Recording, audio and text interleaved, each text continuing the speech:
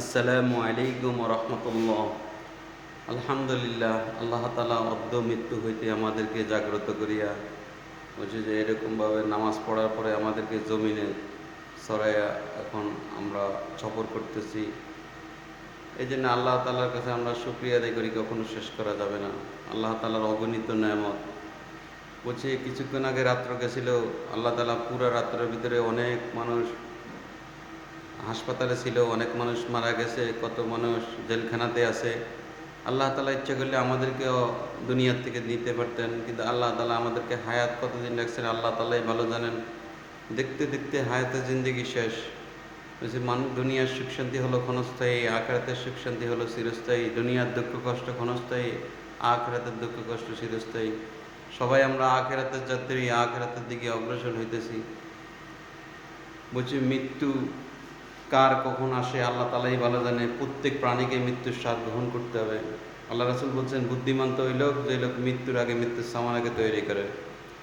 বলছে মৃত্যুর পরে আমাদের আকর্ষণ গাটি আসবে কবর। উসমান গনি রাদিয়াল্লাহু তাআলা আনহু সবসময় কবর দেখলে কাঁদতেন। বলে আপনি কবর দেখলে কেন কাঁদেন?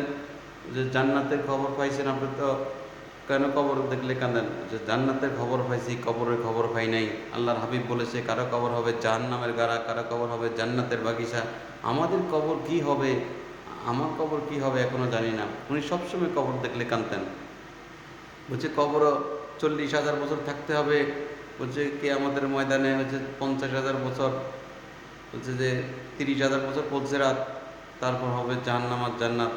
এই জন্য আল্লাহকে ভয় করা, এখান থেকে ঈমান আর আমলকে বানানো।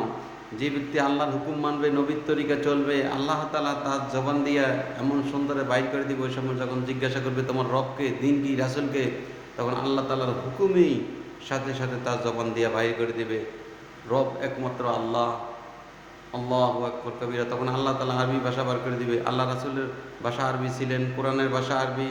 বলছে যে কবরের ভাষা আরবি। যখন প্রশ্ন জিজ্ঞাসা করবে আরবি ভাষায় জিজ্ঞাসা করবে। আল্লাহ রাসূলের ভাষা আরবি। বলছে যে জাহান্নামের ভাষা আরবি, জান্নাতের ভাষা আরবি। বলছে যারা আল্লাহ তাআলার হুকুম মতো চলবে, বলছে আরবি ভাষা তারা কম বেশি কম না বুঝলেও আল্লাহ তাআলা তখন আল্লাহ তাআলা তাদের জবান দিয়ে আরবি ভাষাই বাইর করে দেবে। আল্লাহু আকবার কবীরা। দুনিয়ার সুখ শান্তি ক্ষণস্থায়ী, আখিরাতের সুখ শান্তি চিরস্থায়ী। এই যে দুনিয়ার আমরা যা কিছু দেখতেছি, এই সব কিছু একদিন ধ্বংস হয়ে যাবে। এই জন্য দুনিয়াতে অহংকার তাকাব্বুরি কোনো প্রকারে করা যাবে না। আল্লাহু আকবার কবীরা। আল্লাহ তাআলা কত বড় বানানোওয়ালা। আজকে বানানোওয়ালা মালিককে চিনলাম না, যিনি সমস্ত কিছু রক্ষণাবেক্ষণকারী। সব শক্তিকে অস্বীকার করা, আল্লাহর শক্তিকে স্বীকার করা, এটাই হলো শিরক।